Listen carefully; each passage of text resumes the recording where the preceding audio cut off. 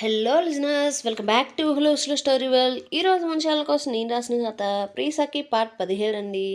ఈ కథలోని ముందర భాగాలు చూడండి, వాళ్ళ కోసం కామెంట్స్లో లింక్స్ ఇచ్చానబ్బా. అలాగే ఛానల్లో అన్ని కథలకు ప్లేలిస్టులు కూడా ఉన్నాయి. కొంచెం లైక్ చేసి చూస్తూ ఖచ్చితంగా నచ్చితే ఓ చిన్న కామెంట్ రాయండి. మరి ఇంక మనం కథలోకి వెళ్ళిపోదామా అబ్బా. వాణి పావనికి తన కుటుంబానికి దీటుగా సమాధానం చెప్పగా చంద్రశేఖర్ కూడా తన భార్య మాటకే సపోర్ట్ చేస్తూ పావనికి 2 నెలల్లో పెళ్లి చేస్తేనే వారింటికి వారసుడిగా ఉంటానని, లేకపోతే ఇక్కడితో ఇంటికి రానని ఖరాఖండిగా చెప్తాడు. వర్షిత్కి కమల్ని పవన్ నిజస్వరూపం తెలిసి ఆమెతో కటువుగా మాట్లాడుతూ ఉండగా, ప్రణీత్కి పవన్ గురించి తెలిసి అతను హారిక ముందే పవన్తో మాట్లాడుతూనే వార్నింగ్ ఇస్తూ ఉంటాడు. పావని తన రూమ్లో ఆ ఆలోచనలతో ఉండలేక బయటకు రాగా ఆమె ఎదురుగా ప్రణీత్ ఉండడంతో ఆమె ఆశగా తన దగ్గరికే వచ్చాడేమోనని అనుకుంటూ ప్రణీత్ దగ్గరికి వెళ్ళబోతూ ఉండగా, అదే సమయంలో ప్రణీత్ వెనక నుంచి వచ్చిన హారికను మాత్రమే అతను పట్టించుకుంటూ ఈమెను ఏమాత్రం పట్టించుకోకుండా హారికను తీసుకొని వెళ్ళిపోతూ ఉంటే, అతనికి ఎదురుగా అప్పుడే వస్తున్న సుందర్ అక్కడ పరిస్థితి అంతా చూస్తూ పావనికి మౌనంగా ఉండు అంటూ సైగ చేయగా, ఆమె తన కళ్ళెదురుగా నడుచుకుంటూ వెళ్తున్న వారిని ఏమీ చెయ్యలేక, ప్రణీత్తో మరొక ఆడదాన్ని చూడలేక ఆ కోపంతో ఆమె కళ్ళు ఎర్రగా మారిపోతూ ఉండగా, సుందర్ ఆమె దగ్గరికి వచ్చి పావని చేయి పట్టుకొని మళ్ళా తన రూంలోకి తీసుకుని పోయి ఎలాంటి సాగదీయడం లేకుండా నేరుగా విషయంలోకి వెళ్తూ, చూసావు కదా ఇందాక ప్రణీత్ పక్కన ఉన్న పిల్లను, తనే హారిక, రామ్రాజుకు ఏకైక కూతురు. వాళ్ళిద్దరి వెనకనే వెళ్ళిన అతనిలో వయసు ఎక్కువ ఉన్న అతను ఆ పిల్ల నాన్న, నా వయసులో ఉన్న అతను తమ్ముడు, పేరు వర్షిత్. ఆ హారిక అంటే ఆ కుటుంబం మొత్తానికి ప్రాణం. కానీ దీనికేమో పవన్ అనే ఒకడు ప్రాణం. ఇప్పుడు ఆ పవన్ ప్రాణం గాల్లో దీపంలా ఉంది అని తెలిసే పరిగెత్తుకుంటూ హాస్పిటల్కి వచ్చింది అంటూ ఉంటే, గంగాధర్ విసుగ్గా అరే సుందరం, అర్థమయ్యేలా చెప్పరా అంటే, సుందర్ నవ్వుతూ తాత, ప్రణీత్ హారికను ప్రేమించి పెళ్లి చేసుకున్నాడని అందరితో చెప్తున్నాడు. కానీ ఈ హారికేమో పవన్ అనే వాడిని ప్రాణంగా ప్రేమించింది. వాళ్ళిద్దరి పెళ్లి మరో 2 నిమిషాల్లో జరుగుతుంది అనగా దాన్ని తలకిందులు చేశాడు ఈ ప్రణీత్. కాబట్టి పవన్ బలవంతంగా చావడానికి ప్రయత్నిస్తే చివరి క్షణాలలో వాణ్ణి ఎవడో కాపాడి హాస్పిటల్లో జాయిన్ చేశారు. అతను ఇప్పుడు మన పక్క రూమ్లోనే ఉండి ట్రీట్మెంట్ తీసుకుంటున్నాడు. వాడిని చూడడం కోసమే ఇప్పుడు ఈ పిల్ల హాస్పిటల్కి వచ్చింది. అసలు ఆ హారికకు ప్రణీత్ అంటే ఇష్టమే లేదు. ప్రణీత్ మాత్రమే తనను ఇష్టపడుతున్నాడు. తన కోసం కేవలం కొన్ని నెలల్లోనే ఒక ప్యాలెస్ లాంటి ఇంటిని కట్టించాడు. అలాగే ఇక్కడ ఇంకో విషయం ఏంటంటే, హారికకు కొన్ని నెలల క్రితమే ఒక మేజర్ యాక్సిడెంట్ జరిగింది. ఆ యాక్సిడెంట్ కారణంగా ఆ పిల్లకు 2 మేజర్ ఆపరేషన్స్ చేశారు. సో అందువల్ల హారికను, తన ఆరోగ్యాన్ని అందరూ జాగ్రత్తగా చూసుకోవాలి. ఎక్కువగా ఆమె అస్సలు ఎమోషనల్ అవ్వకూడదు. అందుకనే నాకు తెలిసి పవన్ని చూడ్డానికి హారికను ఏకంగా ఈ ప్రణీతే దగ్గరుండి మరీ హాస్పిటల్కి తీసుకుని వచ్చాడు. అతన్ని చూపించి ఇప్పుడు దగ్గరుండి ఇంటికి తీసుకుని వెళ్తున్నాడు అంటూ ఉంటే, పావని, విజయమ్మ, గంగాధర్ ఒకరి ముఖాలు ఒకరు చూసుకుంటూ ఉన్నారు. సుందర్ మాటలన్నీ విన్న వీరికి విషయం అంతా విన్న తర్వాత అర్థమయ్యి ఏవేవో ఆలోచనలు మొదలవుతూ ఉన్నాయి. కానీ అందరికీ ఒకటి మాత్రం క్లియర్, హారికకు ప్రణీత్ అంటే ఇష్టం లేదు. ఆమె పవన్ని ప్రేమిస్తుంది అని. దాంతో పావని సుందర్ని చూస్తూ, అన్నా ఆ పవన్ ఎలాంటివాడు అంటే దానికోసం ఏదైనా చేస్తాడా, అసలు ఈడి బ్యాక్గ్రౌండ్ ఏంటి అంటూ అడగ్గా, సుందర్ పెద్ద బ్యాక్గ్రౌండ్ అయితే ఏమీ లేదు పావని. ముందు వాళ్ళిద్దరూ మంచి ఫ్రెండ్స్, ఆ తర్వాత ప్రేమించుకున్నారు.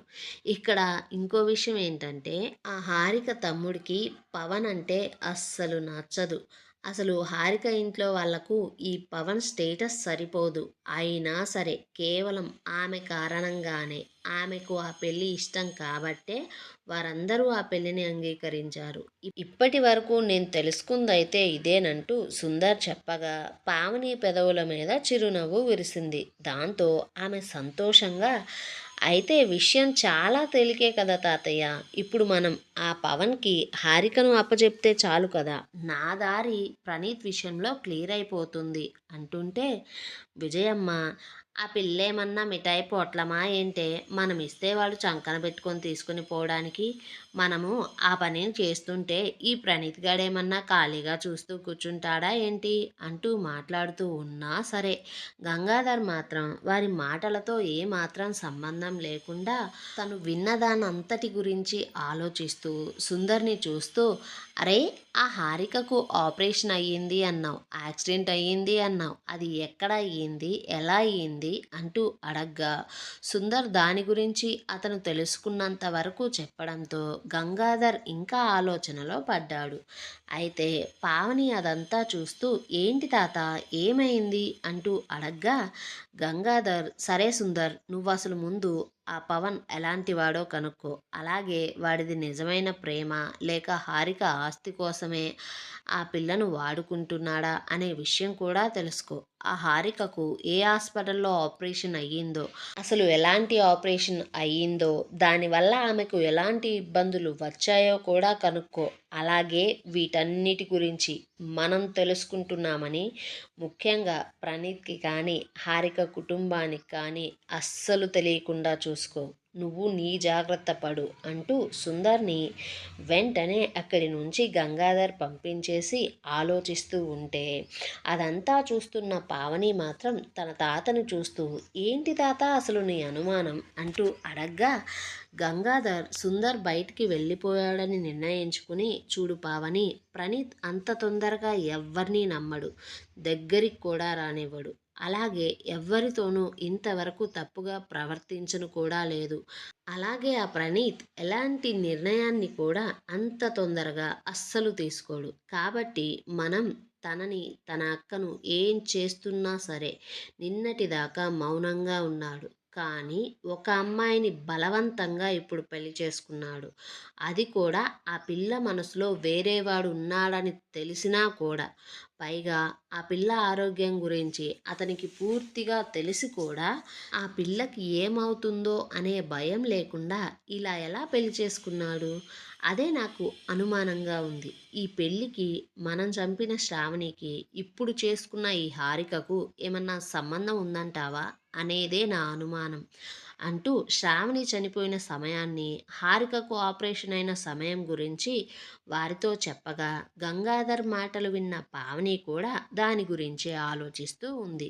ఇంకోవైపు హాస్పిటల్ నుంచి ప్రణీత్ వాళ్ళు వెళ్ళిపోయారు. హాస్పిటల్ బెడ్ మీద ఉన్న కొడుకును చూస్తూ అంజలి అల్లాడిపోతూ ఉంటే, హారిక వాళ్ళు పూర్తిగా అక్కడి నుంచి వెళ్ళిపోయారని తెలుసుకున్న పవన్ మామూలుగా లేచి బెడ్ మీద కూర్చొని కమల్నిని లోపలికి రమ్మని పిలిచి ఆమెను కూడా చూడగా, ఆమె కూడా డల్గా ఉండడంతో బయట కూడా ఏదో జరిగింది అని అర్థం చేసుకున్న పవన్ తన తల్లిని చూస్తూ టీ తీసుకుని రమ్మని రూమ్ నుంచి బయటికి పంపించేసి కమల్నితో ఏమైంది అంటూ అడగ్గా, కమల్ని అతనితో మొత్తం చెప్పేయడంతో ఆమె మాటలన్నీ విన్న పవన్ తన ప్లాన్ అంతా తలకిందులైనందుకు కోపంతో, అసలు వీళ్ళకి బుర్రలోకి ఇన్ని తెలివితేటలు ఎలా వచ్చి చేరతాయి, ఎక్కడి నుంచి వీళ్ళు ఈ విధంగా ఆలోచించడం నేర్చుకున్నారు అంటూ చిరాకు పడుతూ ఉంటే, అలా అతన్ని చూసిన కమల్ని మరి లోపల ఏం జరిగింది అంటూ అడగ్గా, పవన్ అతనితో ప్రణీత్ అన్న మాటల గురించి తలుచుకుంటూ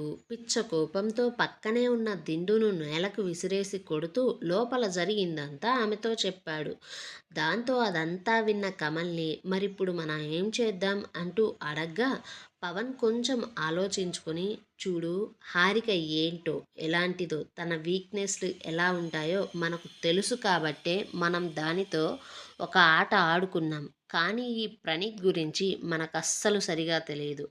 అందుకే వాడు ఏంటో, ఎలాంటోడో మనం ముందుగా తెలుసుకున్న తరువాతే మన ఆలోచనలను, మన ప్లాన్స్ను వాడి ముందు ఆచరణలో పెట్టాలి అని ప్రణీత్ తన ఫ్రెండ్కి ఫోన్ చేసి విషయం మొత్తం చెప్పి ₹1,00,000 మనీ ట్రాన్స్ఫర్ చేసి ఆ తరువాత ప్రణీత్ గురించి తెలుసుకోమన్నాడు.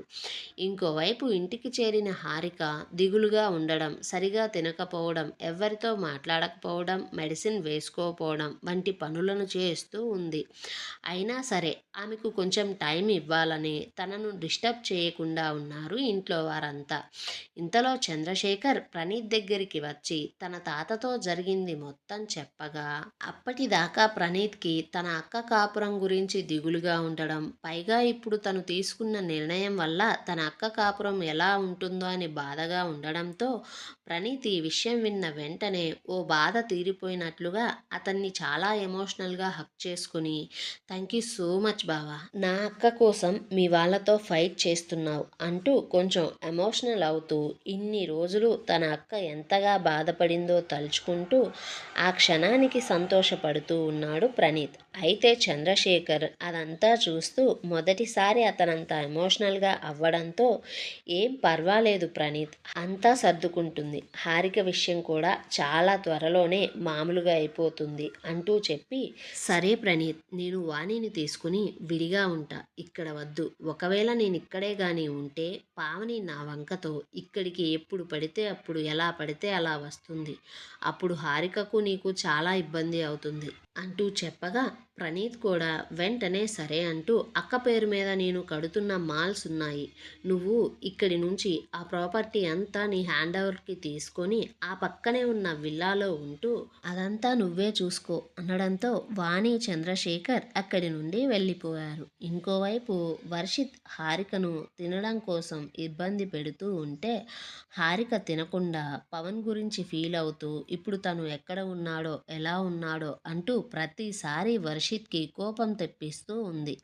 ఇంతలో అక్కడికి వచ్చిన ప్రణీత్, చూడు హారిక, పవన్కు నీ మీద ప్రేమే ఉంటే నీ గురించి నీ ఆరోగ్య సంగతి గురించి తెలిసి కూడా అలా అస్సలు చేయడు, ఎందుకు నువ్వు ఈ విధంగా ఆలోచించలేకపోతున్నావు అంటూ అడగ్గా ఆమె అతనితో ఆర్గ్యుమెంట్కి దిగుతూ గొడవ చేయడం మొదలుపెట్టగా ప్రణీత్ హారిక వీక్ పాయింట్ మీద కొట్టాలని అనుకుంటూ లక్ష్మి వైపు చూస్తూ, ఆంటీ, నేను తనను ప్రేమించే పెళ్లి చేసుకున్నా, కానీ ఇంకా తనకు అసలు పెళ్ళంటే ఏంటో భర్త అంటే ఏంటో ఇంకా తనకు సరిగా తెలియదనుకుంటున్నా, అసలు పెళ్లి పీటలెక్కిన మీ కూతురికి భర్తతో ఎలా ఉండాలో, ఎలా మాట్లాడాలో, ఎలా ప్రవర్తించాలో మీరు చెప్పలేదా అనడంతో హారిక కోపంగా, నువ్వు తాళి కడితే భర్తవవుతావా, మరి నేను ప్రేమించిన వాళ్ళు నాకేమవుతారు, మనసులో ఉన్న వాళ్ళు ఏమవుతారు అంటూ అడగ్గా ప్రణీత్ ఆమెకు మరింత దగ్గరగా వెళ్తూ కళ్ళల్లోకి కళ్ళు పెట్టి చూస్తూ, మరి తాళి కడితే భర్త కానప్పుడు ఏం చేస్తే భర్త అవుతాడు, నిన్ను నేను నా భార్యవి అని చెప్పుకోవడానికి నీతో నేను ఏం చేయాలి అంటూ ఆమె కళ్ళల్లోకి చూస్తూ ఒక్కొక్క మాట గుచ్చి గుచ్చి అడుగుతున్నట్లుగా ఉంటే హారికకు మొదటిసారి ప్రణీత్ కళ్ళల్లో బాధ, కోపం, ప్రేమ ఒకేసారి చూడడంతో ఆమె ఏమీ అనలేక అక్కడి నుంచి మౌనంగా తన రూంలోకి వెళ్ళిపోగా ప్రణీత్ నవ్వుతూ, ఆంటీ, ఇక తను తప్పకుండా అన్నం తింటుంది, మీరు వెళ్ళి తనకు భోజనం తినిపించండి అంటూ లక్ష్మిని పంపించేసి, వర్షిత్, నేను నీతో మాట్లాడాలి అంటూ చెప్పి అతన్ని గార్డెన్కి తీసుకుని వెళ్ళి ఎలాంటి దాపరికాలు లేకుండా, వర్షిత్, నేనిప్పుడు నీతో ఒక విషయం చెప్తా అంటూ పవన్ గురించి తన పిఏ అంతకుముందు మెసేజ్లో పెట్టిన విషయం అంతా చెప్పి, ఇంకా నేను తన గురించి ఎంక్వైరీ చేస్తున్నా అంటూ చెప్పడంతో వర్షిత్ కూడా ఏమాత్రం సమయం తీసుకోకుండా తనకు తెలిసింది కూడా మొత్తం చెప్పేశాడు ప్రణీత్తో.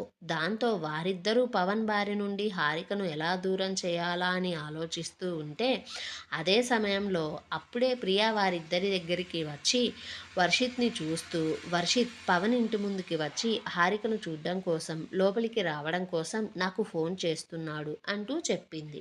ఇంకోవైపు గంగాధర్కు సుందరం పవన్ గురించి హారిక హారిక ఆరోగ్యం గురించి అంతా చెప్పాడు. అదంతా విన్న పావని ఆలోచనలో పడి గంగాధర్ వైపు చూడగా గంగాధర్ సుందరాన్ని అక్కడి నుండి పంపించేసి పావనితో మాట్లాడడం మొదలుపెట్టాడు. మరోవైపు పావని తల్లి కుమారి చంద్రశేఖర్ని కలవడం కోసం వాణి విల్లా దగ్గరకు వెళ్ళింది. ఇంకోవైపు రామ్రాజ్ ఆఫీస్కి వెళ్ళగానే తన పిఏని లోపలికి పిలిపించి ప్రణీత్ గురించి తెలుసుకున్న విషయాల గురించి అడగడం మొదలుపెట్టాడు. ఏవండోయ్, ఇప్పటి వరకు నేను వీడియోస్ సరిగా పెట్టినా పెట్టకపోయినా నా ఆరోగ్య పరిస్థితి గురించి ఆలోచించి నా ట్రూ సబ్స్క్రైబర్స్గా ఉన్న ప్రతి ఒక్కళ్ళకి థ్యాంక్ యూ సో మచ్ అండి. ఇక నుంచి రోజుకి కనీసం ఒక్క స్టోరీ అయినా సరే మీ ముందుకు తీసుకుని రావడానికి తప్పకుండా ప్రయత్నిస్తానబ్బా. ఇప్పటిదాకా నన్ను ఎంకరేజ్ చేసిన ప్రతి ఒక్కళ్ళకి పేరు పేరున థ్యాంక్ యూ సో మచ్ అబ్బా.